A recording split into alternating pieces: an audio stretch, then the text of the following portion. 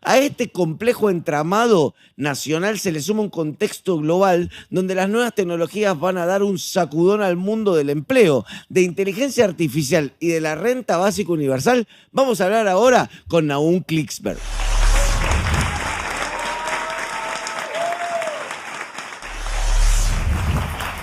Estamos con Nahum Klicksberg. Nahum es el impulsor del colectivo por el ingreso básico ciudadano, que es una propuesta concreta que es absolutamente disruptiva de lo que pueden ser las propuestas en política económica, que es englobadora y que además implica no solo una cuestión política coyuntural, sino que prácticamente es estructural. ¿Cómo estás, Nahum? Muy buenas noches. Gracias por venir. Bueno, bien no puedo estar porque el país está tan mal que no puedo estar bien. ¿Quién puede estar bien cuando un país está tan mal? El otro día salió publicado en los periódicos que la real cifra de pobreza en la Argentina es 73%. 9 millones de niños. Bueno, no podemos estar bien. Entonces, pero en este momento, si tratamos de analizar, bueno, qué está pasando, en qué situación estamos, entonces vemos que hay 3 problemas centrales que enfrenta el pueblo argentino en este momento. Uno es el tema de la baja de consumo. La gente no tiene capacidad adquisitiva. Al bajar el consumo, entonces las empresas venden menos. Al vender menos, se achican, despiden personal. Entonces, hay más pobreza. Más pobreza, menos consumo, más empresas que cierran o se achican. Entonces se empobrecen las empresas, no les sirve para los empresarios que viven del mercado interno y no les sirve para la población, nadie se beneficia. En esta espiral de bajo de consumo, quiere decir, nadie ve una solución. Nadie en forma seria plantea cómo se sale de esto. Hay simplemente expresiones basadas en la esperanza. Bueno, esperemos que salgamos, el año que viene va a salir de esto, pero nadie explica en la realidad cómo se sale de una espiral de bajo de consumo, de una recesión de estas características, cómo se sale.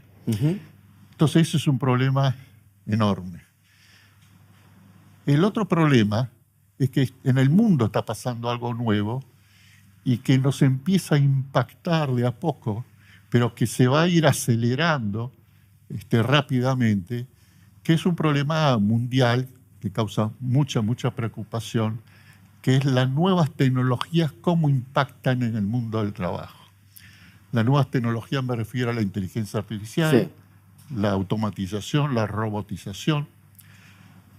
Entonces, la Universidad de Harvard, por ejemplo, dio un pronóstico de que va a crear un porcentaje enorme de desocupados en el mundo, como nunca hubo en el mundo. Que es decir, ante un problema tan serio, no se sabe qué fórmula económica de derecha, de izquierda, de centro puede enfrentar una situación así. Sí, claro, es un problema más global y abarcador que no depende de ideología ni nada, sino una cuestión de rentabilidad empresaria prácticamente. Es un asunto de evolución tecnológica, porque hasta un sistema socialista se vería con ese problema, tendría desocupada a su gente. Claro. A buena cantidad, porque con un pequeño porcentaje de la población trabajando se mantendría todo el sistema, toda la producción. Esto tiene un aspecto muy positivo, que es el hecho de que genera una cantidad de productos y servicios a costos muy bajos, que es decir, toda la población del mundo podría tener acceso a un nivel y calidad de vida impensado. Claro. Pero al mismo tiempo no va a haber consumidores que disfruten de eso porque van a estar todos en la miseria desocupados. Claro.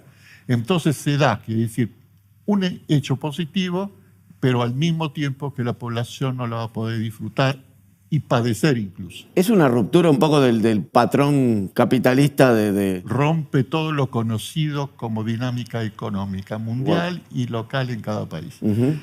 Entonces, para buscar una solución a esto, porque no hay fórmula dentro del sistema ni capitalista ni socialista que pueda resolver esto en forma tradicional, con fórmulas tradicionales. Sí. Entonces se rescató una buena y vieja y archivada ideología de de gente muy humanista, que se llama la propuesta de la renta básica universal, o llamada también ingreso básico universal. ¿Qué consiste? En que, bueno, si la gente no va a tener para consumir, entonces van a cerrar todas las empresas, porque el trabajo lo van a hacer los robots y la inteligencia artificial y no va a haber mayor ocupación. Entonces, ¿por qué el Estado no le da a la gente el dinero que necesite para que consuma? No por una cuestión filantrópica solamente, humanitaria, que en sí mismo justificaría ese hecho, sino para que funcione el aparato de producción, de compra, venta, etc. Eso te iba a decir, se rompe un poco el esquema ese fordista de tengo empleados que después compran mis propios autos. Un poco la lógica ¿no? de la empresa de Ford de siglo XX era como necesito empleados que ganen bien para que sean los que compren mis propios productos. Exacto. Si no hay, o sea, si lo hacen robots, los robots no te compran los productos. Exacto. Entonces, esto generó algo que nunca ha pasado en el mundo, esta propuesta. Generó que coinciden en ella como única solución a ese problema que se viene, gente simpatizante de las izquierdas y de las derechas y de las ultraderechas, todos, porque todos no ven cómo solucionar el problema de otra forma. Entonces encontramos, por ejemplo, representantes de la izquierda como Pepe Mujica, expresidente de Uruguay, diciendo, vamos a ir hacia una renta básica universal, un ingreso complementario universal, inevitablemente. Lo dice el Papa. Y lo dice una persona, el más millonario del mundo, Elon Musk. Lo dice en un video que está en internet, que todos lo pueden ver, donde hablando con jeques árabes en una convención de multimillonarios, él dice, va a ser inevitable, nos guste o no a nosotros, que se implemente la renta básica en el mundo, porque va a pasar esto. Entonces coinciden de todos los sectores ideológicos, porque a todos favorecería la renta básica. Rompe, claro, toda la dinámica económica como nosotros la hemos vivido hasta ahora en la historia de la humanidad. Claro. ¿Qué porcentaje se calcula un poco que va a generar, o por lo menos que está generando, porque además se aceleró, la inteligencia artificial se aceleró muchísimo ya en el último año mismo? ¿Qué porcentaje de desempleo se estima que puede llegar a haber? ¿Qué porcentaje de desocupación?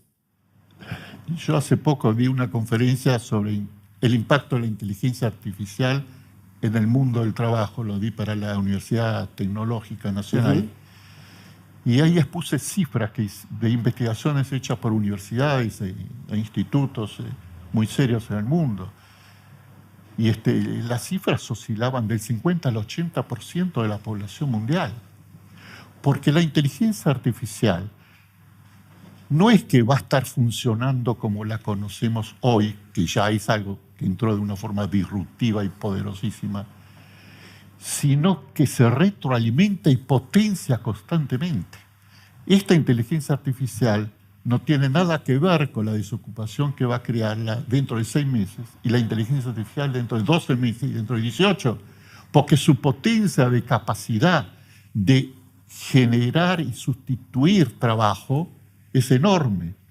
Entonces, ya está sustituyendo ahora trabajos intelectuales muy calificados, médicos, abogados, contadores, ya están siendo... Músicos, diseñadores gráficos. Libretistas, artistas de televisión y cine, que hay una pelea que los sindicatos no quieren que se use la inteligencia artificial para crear personajes que reemplazarían a los actores de carne y hueso, ¿no? Y es además algo de corto y mediano plazo, ¿no es así algo que sucedería en un futuro eventual? Estamos en pleno comienzo de este proceso. Y en pocos años se va a ir acelerando y acelerando. Un chico que hoy entra en la universidad en primer año no tiene la menor idea cuando salga graduado de médico, supongamos dentro de 6 años, cómo va a ser su campo de trabajo, si va a existir su campo de trabajo. Wow. Porque en esos 6 años puede pasar cualquier cosa con esta dinámica.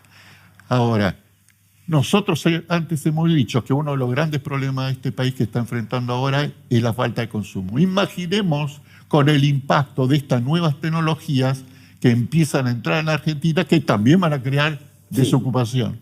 Entonces se hace una sumatoria de gente empobrecida, sin trabajo, que puede llegar a niveles mucho más desastrosos que los actuales. Ahora, vamos al tercer problema. Después volveremos sobre la inteligencia artificial. El tercer problema que enfrenta el país en este momento es el mismo que viene enfrentando hace decenas de años, y es la causa principal de la pobreza de este país. ¿Cuál es? Se ha estudiado por qué fracasan todos los gobiernos. Algunos fracasan más, otros fracasan menos. Gobierno de derecha, gobierno de centro-izquierda, de centro, ideología de tal cual. Fracasan hace decenas de años. ¿Qué pasa? Entonces hay solo un aspecto común que fue desarrollándose a través de todos los gobiernos, de todos estos años: la corrupción. En este momento es clasificada técnicamente la Argentina como teniendo una corrupción estructural y sistémica. Eso quiere decir que contamina todos los poderes del Estado, contamina todos los partidos políticos, todos los estamentos. Entonces, y el mundo empresarial también, ¿no? Hay como genera un funcionamiento, al ¿no? decir todos los estamentos, Claro, incluyo al mundo empresarial. Pero hay que hacer una diferencia. El empresario corrupto está haciendo un delito, merece ser castigado, no cabe duda alguna, y merece ser castigado en forma muy severa. Pero el culpable es siempre el funcionario. Porque si el funcionario no firma, claro, el empresario no puede realizar su negociado corrupto. El responsable es el funcionario. Y al empresario nadie lo nombró como representante del pueblo para defender los intereses del pueblo. Entonces el empresario se defiende y dice: yo tengo que defender los intereses de mis accionistas. claro. Respondo ante ellos para conseguirle la mayor ganancia posible, sea como sea. Y los funcionarios sí fueron electos por el pueblo. Son los presidentes, son los senadores, los diputados. Sí. Bueno, entonces, ellos sí fueron, y ellos sí son los que tienen la responsabilidad de defender los intereses del pueblo. Entonces, la corrupción de ellos es una corrupción mucho más grave desde el punto de vista moral y ético. Y sin la firma de ellos no hay corrupción. Y yo hago el siguiente juego mental para que la gente entienda la dimensión de este problema. Les digo muchas veces: a ver, cierren los ojos y traten de imaginarse una Argentina sin corrupción, digamos, en los últimos 60 años. Traten de imaginarse cómo hubiese sido la Argentina, qué hubiese pasado. ¿Y cómo estaríamos ahora? No habría deuda externa. La gente tendría un altísimo nivel de vida, no habría prácticamente delincuencia. El salario, hice un ejercicio económico. ¿Cuánto podría ser el salario en esas circunstancias, con esa evolución de la Argentina? El salario promedio sería en este momento $4.000, como los mejores países de Europa. Eso quitándole en algún punto la deuda externa como fenómeno incorporado para hacer bicicleta financiera, digo, como para explicar la cuenta, ¿no? Para explicar de dónde sin sale. corrupción esos problemas no existirían. Uh-huh. Porque la deuda externa en la Argentina surgió y continúa y continuará como una necesidad de que gente haga negociados transformando sus pesos en dólares para llevarse al país después de haber acopiado una cantidad de pesos de una forma X. Entonces, sin corrupción no habría interés en favorecer a esa gente. Entonces no se va a tomar deuda externa, 50.000 millones del Fondo Monetario, por ejemplo, para que los amigos después transformen pesos en esos 50.000 dólares. No habría, sin corrupción no habría necesidad de un país rico como la Argentina. Usted sabe, vos sabés, porque la gente muchas veces no se da cuenta, viviendo la miseria de todos los días, lo toma como algo natural. La riqueza de la Argentina es uno de los países más ricos del mundo. Y solamente por sus riquezas naturales. Ya no hablemos de los recursos humanos, que puede ser discutible.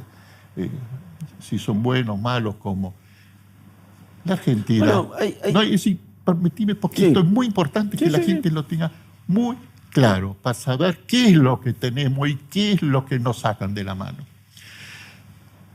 La Argentina tiene uno de los depósitos de litio más grandes del mundo. Es una fortuna tan grande que nosotros, negociando bien, podríamos conseguir que las principales fábricas de automóviles instalen en la Argentina baterías para ellos mismos importarlas para sus fábricas en todo el mundo. Y solo de ahí haríamos fortunas en lugar de estar vendiendo por moneda nuestro litio, como actualmente. La Argentina tiene gas y petróleo con Vaca Muerta, con una que ahora ya se está preparando para la exportación, cantidades enormes, pero me dijo un economista, no, lo dijo por televisión, que técnicos en petróleo le habían dicho que hay 3 vacas muertas en la Argentina, que una se explota y las otras no, 2 porque no conviene por cuestiones de negociados. La Argentina tiene minerales de todo tipo a través de la cordillera.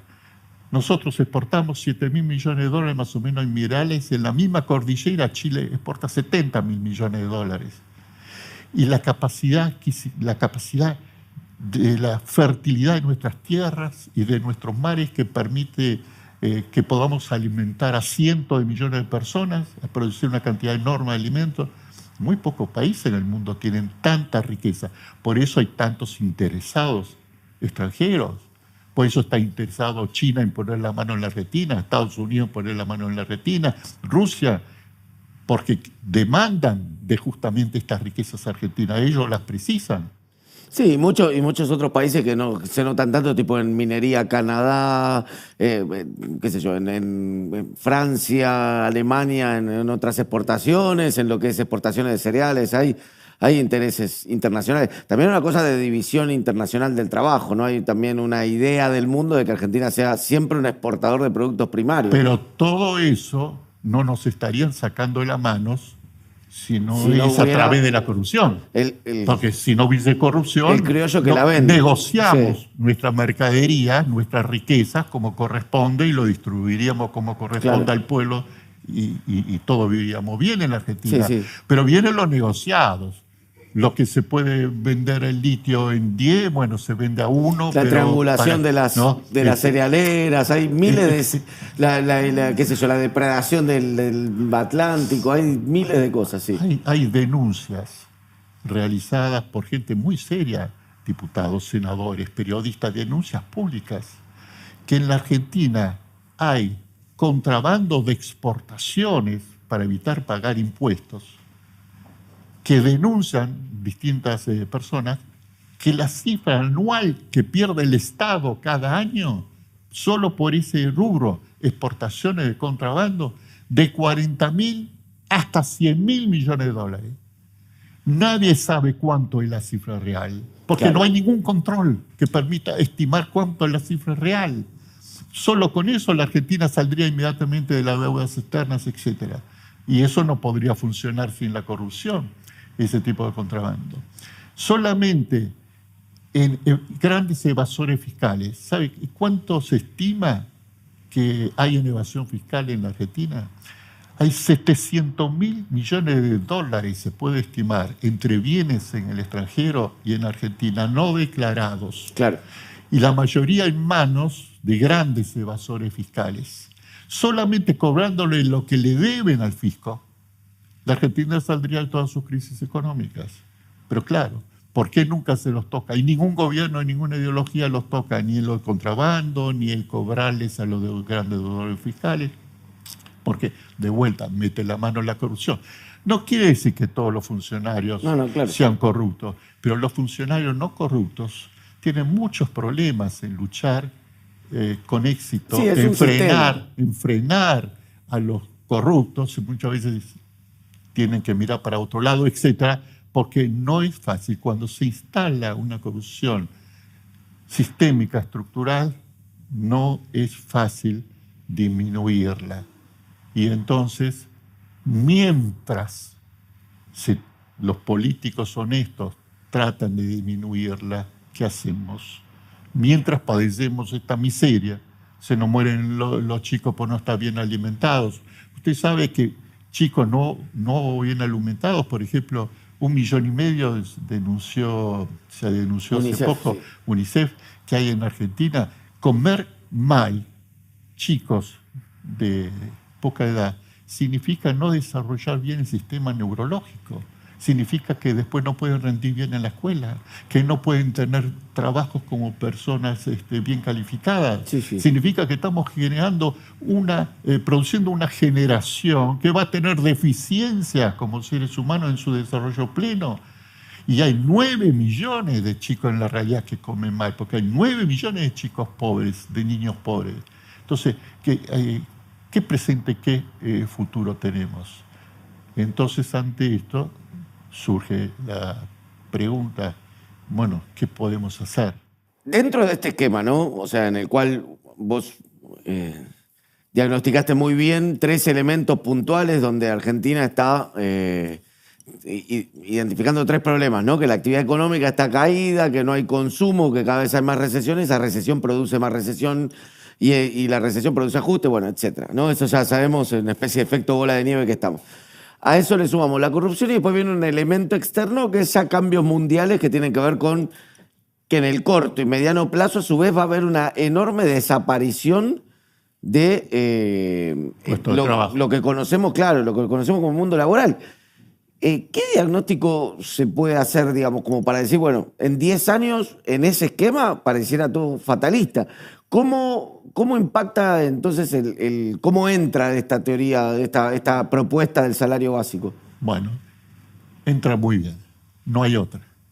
No hay otra. Coincide la derecha, la centro derecha, el centro de la izquierda, no hay otra solución que ir hacia... Se trata solamente cuándo. Y se trata también de un criterio ético, antes del gran sufrimiento o después del gran sufrimiento. Porque si dejamos que se realice todo el proceso de deterioro, que la inteligencia artificial, las otras tecnologías vayan sustituyendo, la gente esté desocupada, no tenga para comer, salga a la calle, la policía los reprima, sangre, violencia, hambre. Y después de que ese proceso llega a un nivel X, donde digan entonces los que pueden decir, bueno, ahora implementamos la renta básica para realimentar el sistema, para que vuelva a funcionar, que eso lo van a decir los empresarios, los grandes empresarios, cuando sus empresas ya estén empezando a cerrar por la falta de consumo. Ese es el momento hasta donde ellos pueden aguantar. Eso es un criterio. Hay otro criterio. Si tarde o temprano y en poco tiempo vamos a aplicar la renta básica en el mundo, si todos coincidimos técnicamente que no hay otra solución, ¿por qué no hacerlo antes de ese sufrimiento? ¿Por qué no empezar a implementarlo ya? Y no evitamos tantos años de miseria de los pueblos. Y en Argentina ni que hablar, porque se une a los problemas nuestros de déficit, todo ese tipo de cosas que ya comentábamos y de la corrupción. Entonces, ¿por qué no? Entonces, acá es donde yo hago una propuesta concreta, que es para solucionar en parte, por lo menos lo que hace a la falta de alimentación de nuestra población. ¿Qué es? ¿Y qué pasa si empezamos en la Argentina a implementar un ingreso complementario básico para todo ese 73% de pobres que se están alimentando mal, empezando gradualmente por niños y por jubilados? Bueno, está la UH, que es lo más parecido, ¿no? Como experiencia. Tomando eso como experiencia y como infraestructura y ya implementándose, para a través de la tarjeta alimentar, darle a todo el mundo los alimentos que precisan para todo el mes, para que no tenga que gastar esta población ni un peso en alimentos y ese dinero lo puedan destinar a otros gastos, le quede libre para otros gastos. Esa no es que irían con la tarjeta a los supermercados a comprar lo que quieran. Un grupo de dietistas diría qué alimentos para la para los jubilados, que alimentos para los niños, los que son los más nutritivos, etc. Seleccionaría una canasta de alimentos, que esos alimentos se les daría gratuitamente a ese 73%, empezando por niños y jubilados, como dije. Sería un ingreso complementario a los que tienen trabajo, los que no tienen trabajo, etc. Complementario a lo que ganen ahora económicamente, ¿no? Y sería en alimentos. No le estamos dando dinero en la mano para que gasten en lo que quieran. Claro. Ni siquiera esos alimentos va a incluir gaseosa, ni vino, ni whisky, ni muchísimas cosas que hay muchas veces. Pero eso igual permitiría reactivar el consumo en el sentido de que habría un dinero disponible que hoy en día se gasta en alimentos puesto para otros productos. Salvamos a montones de empresas, sobre todo pymes, porque van a tener más ventas, se van a beneficiar los empresarios, sobre todo los empresarios que viven del consumo interno, ¿no? Pero ya solucionamos un problema concreto, que es el problema que justamente de que no podemos permitir, y la tolerancia yo creo que tiene que ir hasta ese punto, hasta el punto de decir, falta de comida en la casa, no. Claro. Eso no.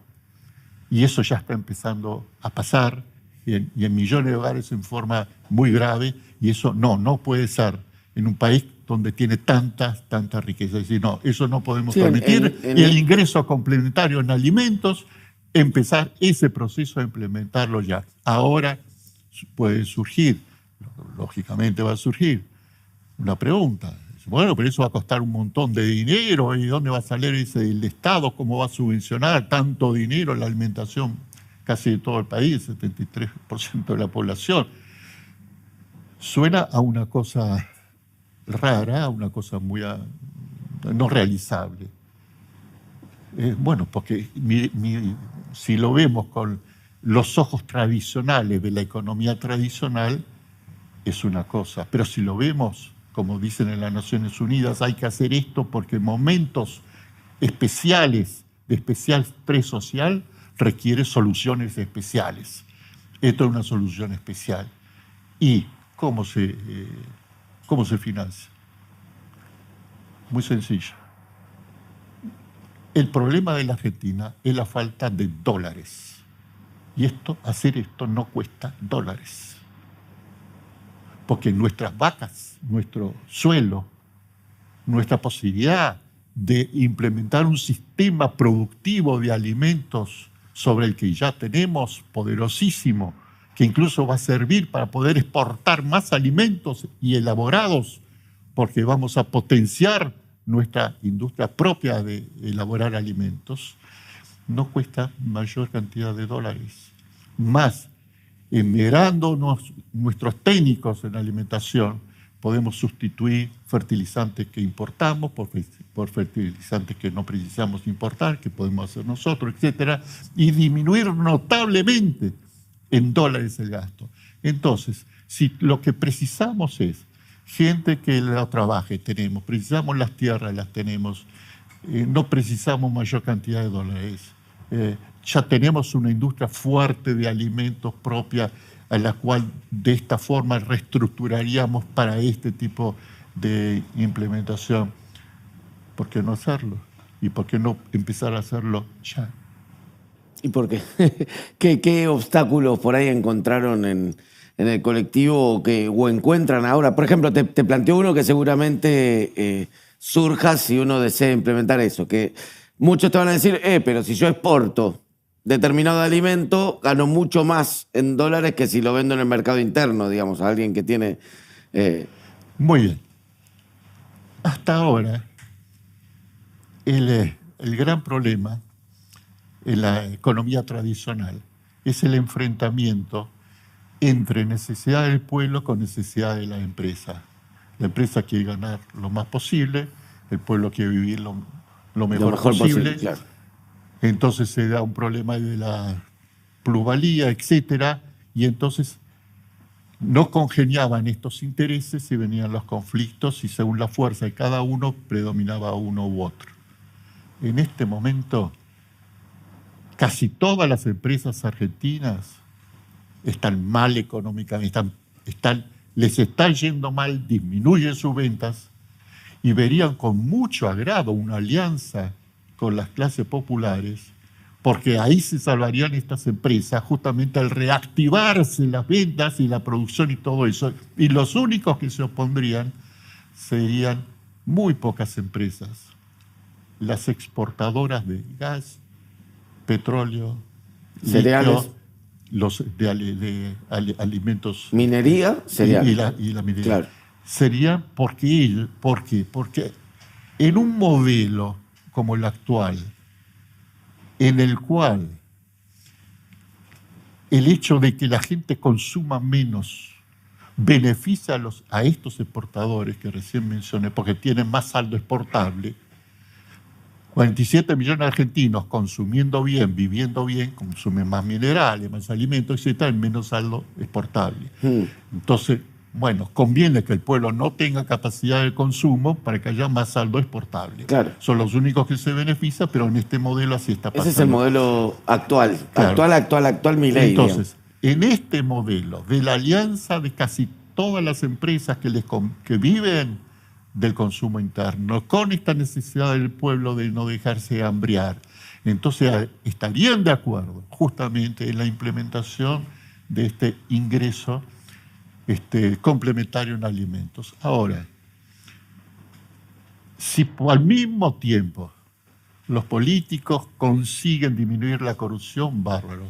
Si no consiguen, viviremos conviviendo con la corrupción, pero por lo menos el pueblo estará protegido de los daños que causa la corrupción porque tendría su alimento, por lo menos. A nivel alimenticio, claro. Entonces, lo mismo, si siguen esas grandes exportadoras, bueno, que sigan las grandes exportadoras disfrutando, pero no se van a ver perjudicadas porque esta es una producción que se va a crear potenciando el actual sistema productivo de alimentos en la Argentina.